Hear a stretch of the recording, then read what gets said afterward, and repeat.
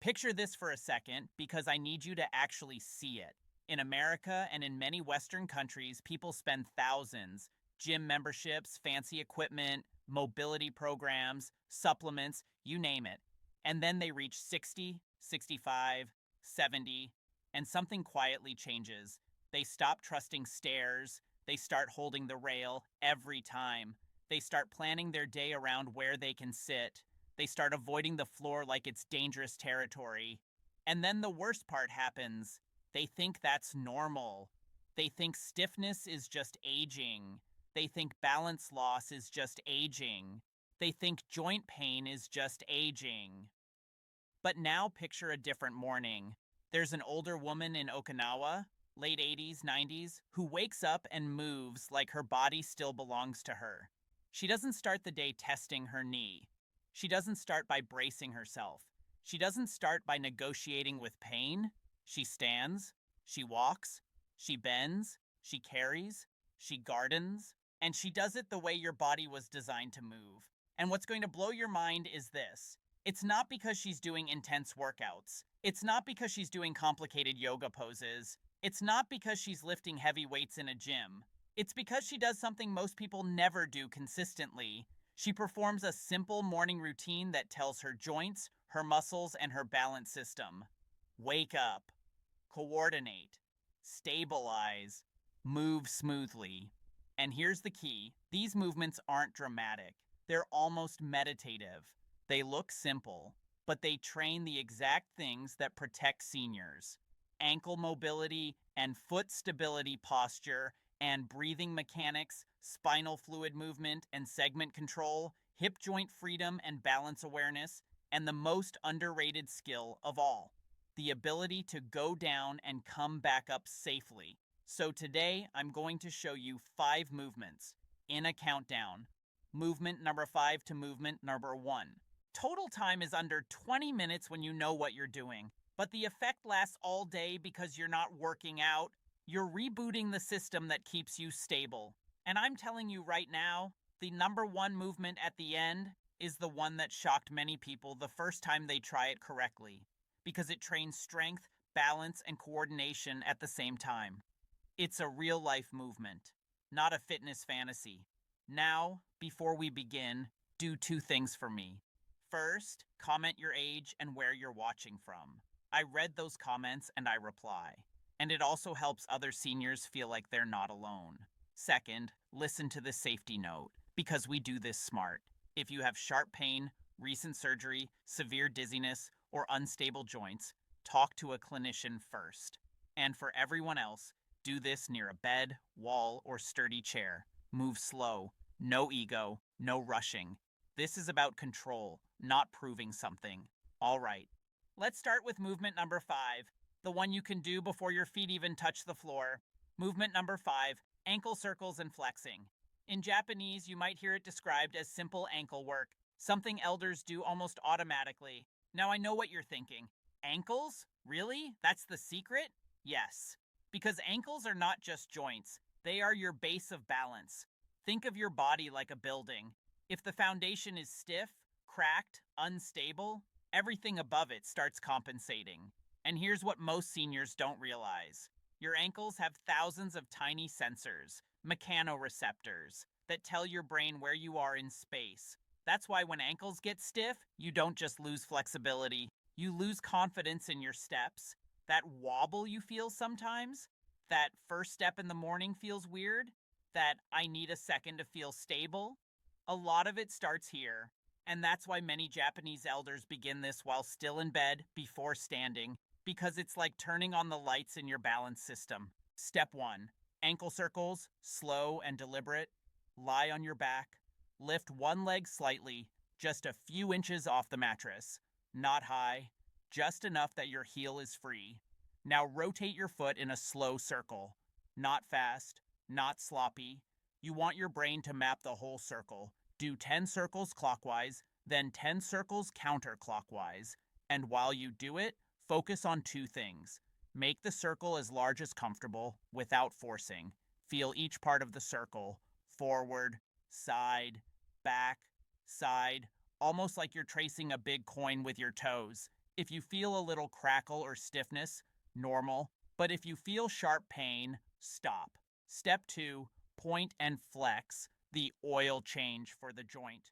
Now, after circles, we do flexing. Point your toes away from you as far as comfortable. Hold 3 seconds. Then pull your toes back toward your shin. Hold 3 seconds. Repeat this 15 times. This is important because in the morning, your joints are cold. The synovial fluid, think of it like oil, can feel thicker after a night of stillness. So these gentle repetitions warm the joint gradually instead of shocking it. Step 3, optional but powerful, towel resistance. Now here's what many elders add, and it's genius because it activates stabilizers that normal walking ignores. Take a towel, wrap it around the ball of your foot. Hold both ends. Gently pull the towel toward you while your foot pushes away. It's like a tug of war, but gentle. Do this for 30 seconds. Rest. Then do another 30 seconds. You can also angle the towel slightly left and right to activate different muscles, but keep it easy. What you're waking up here is not just the ankle joint, you're waking up the small muscles along the shin and calf that stabilize every step you take. Step 4, optional, tennis ball under the foot. Some elders keep a tennis ball by the bed. After the ankle work, they roll the sole of the foot over the ball for 30 to 60 seconds. This loosens the bottom of the foot and improves circulation, especially helpful if your feet feel numb or asleep in the mornings. Timing, do it before you stand. And the best part, you can do this before you even stand up, before your first step, before your body has to guess how stable it is. So when you finally stand, your feet feel awake, your ankles feel smoother, your balance feels more honest. Now, we move up the chain because once the foundation is on, we fix the posture. But before we continue, if this is already making sense, hit like so more seniors can see it, and subscribe for more daily senior health routines. All right, movement number 4, the one that fights the forward slump and wakes up the upper back. Let's start with movement number 5, the one you can do before your feet even touch the floor. Movement number 4, shoulder blade squeezes. If you're over 60, there's a high chance you've felt this. Tight neck, heavy shoulders, upper back fatigue, shallow breathing, and that forward slouch that creeps in without permission. And it doesn't happen because you're lazy. It happens because modern life trains one position, sitting, driving, looking down, reaching forward, so your chest gets tight, your upper back gets weak, and your head starts living in front of your shoulders. And here's the hidden consequence. When posture collapses, your lungs can't expand the same way, which affects oxygen delivery. Less oxygen can mean less energy, less sharpness, and more tension. So this movement is a posture reset. Simple, but extremely effective when done daily. Basic version, the traditional way. Sit on the edge of your bed or a firm chair. Feet flat on the floor, hands resting on your thighs. Now, before you squeeze, do this. Imagine you're tall, like a string is gently pulling you up from the crown of your head. Now take a deep breath in through your nose. As you inhale, slowly pull your shoulder blades together and slightly down. Not back like you're trying to look military. Down and together, like you're trying to hold a pencil between them. Hold that squeeze for 5 seconds. Here's the key. Keep breathing. Don't hold your breath. You're teaching your body calm strength, not tension. Then slowly release as you exhale. Repeat this 20 times. And if you're thinking 20 is a lot, it's not when you do it slow. Because each rep is about 8 seconds. The 3 form rules that change everything. Rule number 1, don't shrug. If your shoulders rise up to your ears, you've lost the point. Keep shoulders relaxed. Rule number 2, chin slightly tucked. Most people make the mistake of lifting the chin and arching the neck. Instead, tuck the chin slightly, like you're making a gentle double chin. That puts the neck in a strong position.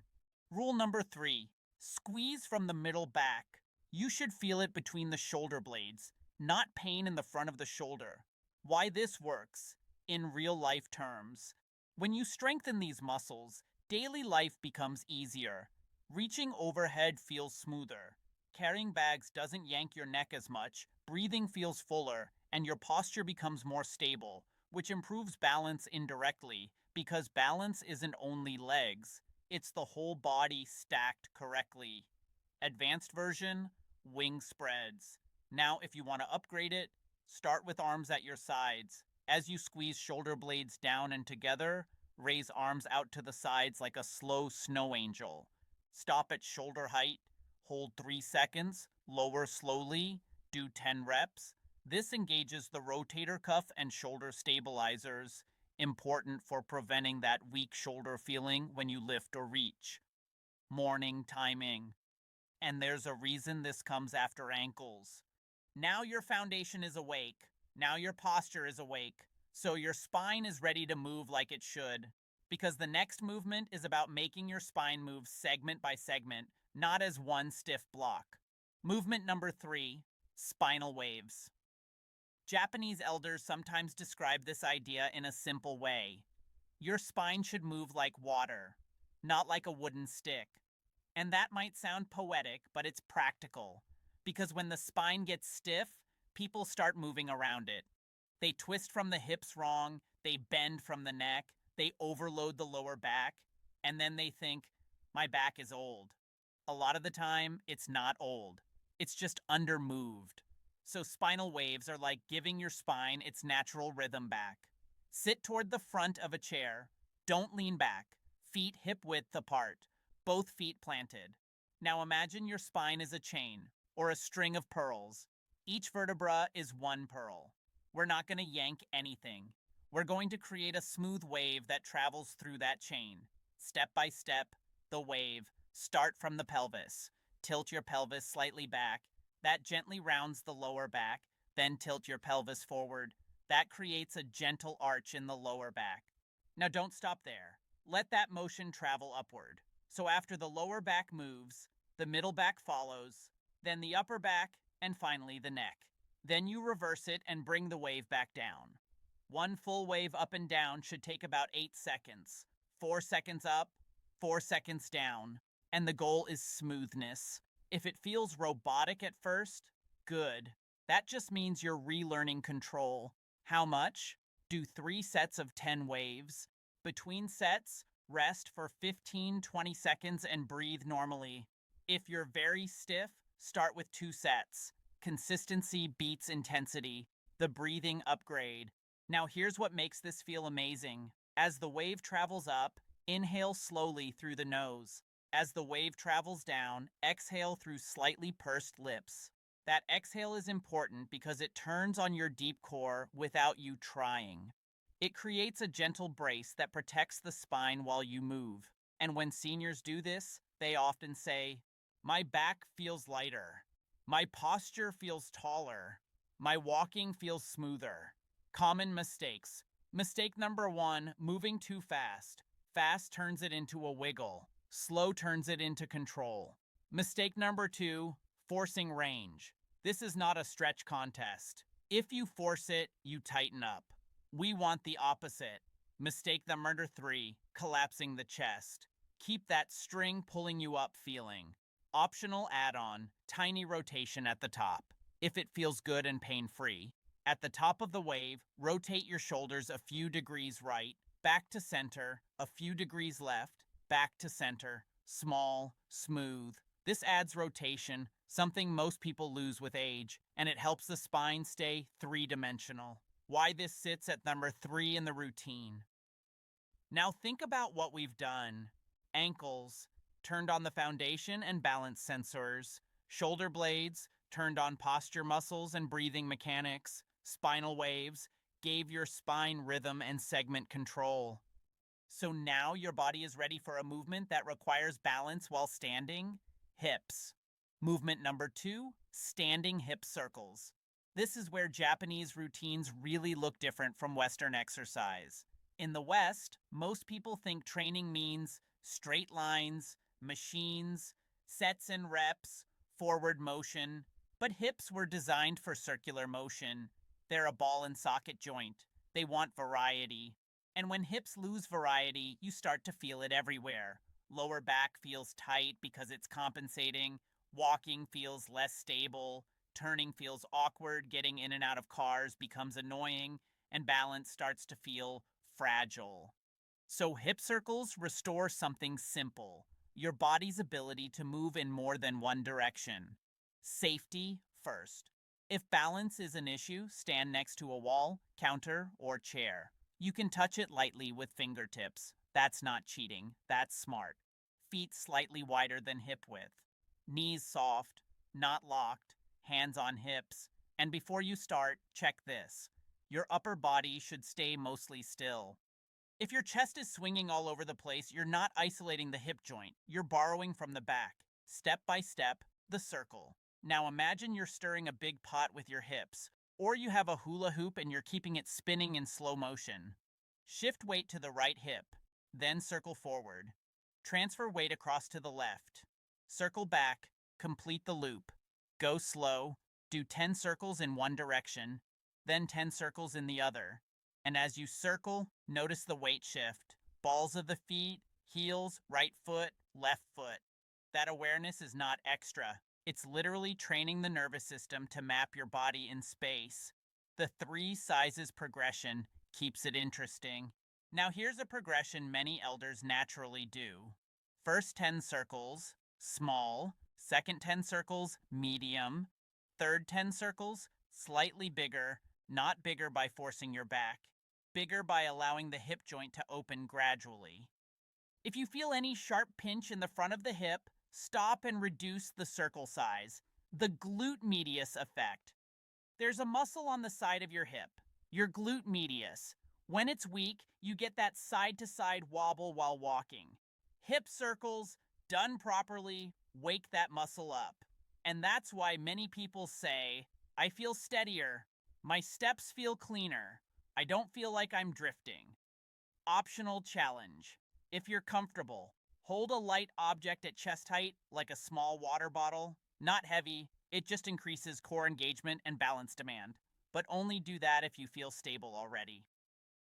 Why this comes before number one. Now at this point, your body is warmed up in a smart order. Ankles awake, posture aligned, spine, moving hips opened. So now your joints and nervous system are ready for the most functional movement of all. Movement number one, the floor to stand transition. And this is where independence is built. Movement number one, floor to stand transitions. This is not a fitness trick.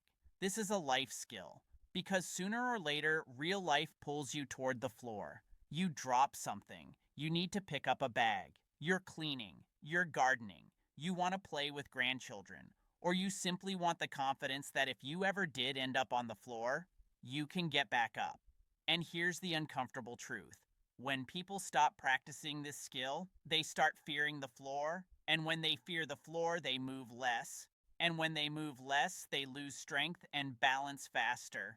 So this movement is not exercise, it's insurance. But we do it safely, we do it progressively, we do it with support. Level 1, supported half kneel. Stand next to a sturdy chair, countertop, or wall. Put a thick folded towel or cushion where your knee will land. Start standing tall. Step your right foot back about 1 to 2 feet, like a small lunge. Now slowly lower the right knee onto the cushion. Go slow enough that you could stop at any moment. Pause, breathe, then push through your front leg to stand back up. Use the chair lightly if needed, fingertips at first, then less over time. That's 1 rep.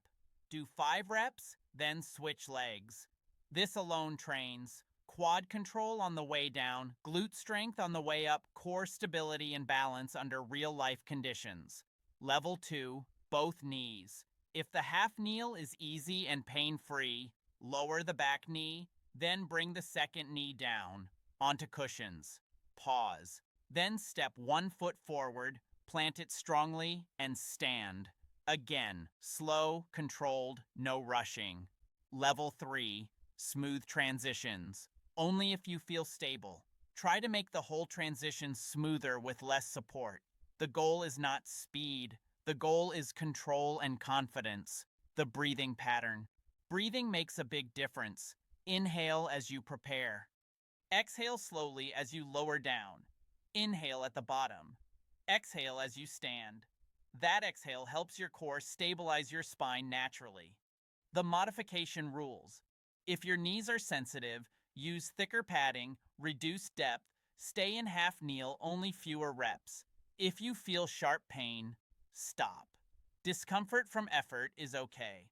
Sharp pain is not. If balance is an issue, keep one hand on the chair. That's not weakness. That's smart training. Optional, carry practice. Once you're confident, you can hold something light. A pillow, a cup, a small book. Why? Because real life rarely lets you move with empty hands, and this forces smoothness and coordination. Again, only if safe. Now step back and look at what you just built in under 20 minutes. Ankles turned on your foundation, shoulder blades reset posture and breathing spinal waves, restored segment movement, hip circles, opened balance and stability, and floor to stand transitions, trained real independence. You don't need machines. You don't need a gym membership. You don't need to be in shape to start. You just need consistency. Here's the smartest way to start if you're doing this tomorrow morning. Day 1, 2. Do only movement number 5, ankles. Plus, movement number 4, shoulder blade squeezes. That's 6 to 8 minutes. Easy. Day 3 to 4. Add movement number 3, spinal waves. Now you're around 12 minutes. Day 5 to 6. Add movement number 2, hip circles. Now you're around 15 minutes. Day 7 plus. Add movement number 1, floor to stand transitions, supported. Now you've got the full routine. And within a month, you'll notice something that matters more than flexibility. You'll feel more confident walking. Standing feels easier. Stairs feel less scary. And your body feels more like yours again. Now I want to hear from you. Which movement surprised you the most? And if you had to pick just one to start tomorrow morning, which one would it be? And why? Comment your age and where you're watching from. We read and reply to every comment. Thanks for watching. Exhale slowly as you lower down. Inhale at the bottom. Exhale as you stand. That exhale helps your core stabilize your spine naturally. The modification rules. If your knees are sensitive, use thicker padding, reduce depth, stay in half kneel, only fewer reps. If you feel sharp pain, stop. Discomfort from effort is okay. Sharp pain is not. If balance is an issue, keep one hand on the chair. That's not weakness. That's smart training. Optional, carry practice. Once you're confident, you can hold something light. A pillow, a cup, a small book. Why? Because real life rarely lets you move with empty hands, and this forces smoothness and coordination. Again, only if safe. Now step back and look at what you just built in under 20 minutes. Ankles turned on your foundation, shoulder blades reset posture and breathing spinal waves, restored segment movement, hip circles, opened balance and stability, and floor to stand transitions, trained real independence. You don't need machines. You don't need a gym membership. You don't need to be in shape to start. You just need consistency. Here's the smartest way to start if you're doing this tomorrow morning. Day 1, 2.